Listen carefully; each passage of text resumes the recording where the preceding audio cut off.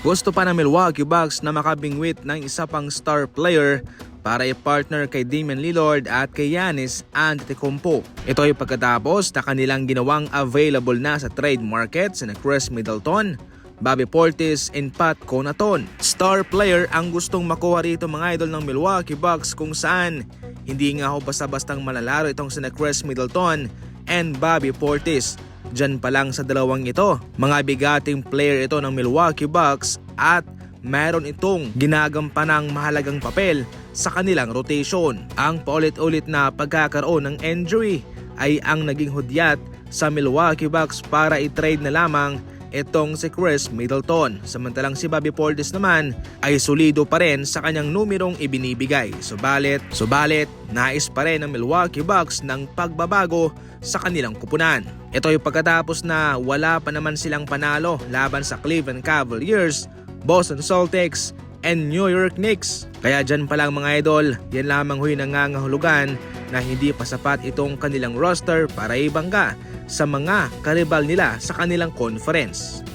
Samantala, mayroong proposal si Bill Simmons ng Hoops Hype patungkol sa Lakers at sa Golden State Warriors. Sa trade proposal na ito mga idol ay matatanggap ng Golden State si Anthony Davis at bilang kapalit matatanggap naman ng Los Angeles Lakers sina Draymond Green, Jackson Davis, Kuminga at Dennis Schroeder. Meron pang 2 first round pick at isang pick swap sa 2029. Ito ay nanggaling mismo mga idol kay Bill Simmons na proposal at ito ang ating komento patungkol dyan. Maganda ang intensyon ni Bill Simmons dahil sa trade nito ay magkakaroon nga ng legit na big man partner itong si Stephen Curry na siyang tutulong sa kanyang makabalik muli sa finals contention. Pero given mga idol sa maraming malalarong mawawala sa Golden State Warriors, mukhang sila'y malabo rin namang makabalik sa NBA Finals kapag nagkataon. Dahil sila'y mawawala ng Draymond Green at Kuminga at mailalagay pa sa alanganin ang kanilang hinaharap sapagkat marami silang mga picks na ibibigay sa Lakers. Sa edad rin na 31 years old, hindi rin makakasigurado ang Golden State Warriors kung magtatagal din itong si Davis sa liga. Maganda ang proposal na ito, subalit para sa akin mga idol, malabong gawin to ng Golden State Warriors.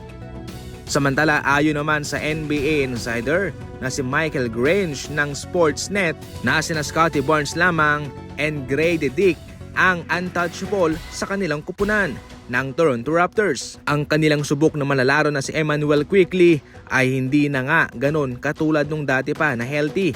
Ayun ay ginagambala ito ng maraming injury. Samantalang itong si RJ Barrett naman so far so good ang kanyang naibibigay. Ngunit nag-aalangan pa ang Toronto Raptors na bigyan siya ng lucrative extension contract. Kaya sa ngayon, sina Dick and Scottie Barnes muna ang untouchable sa kanilang kupunan.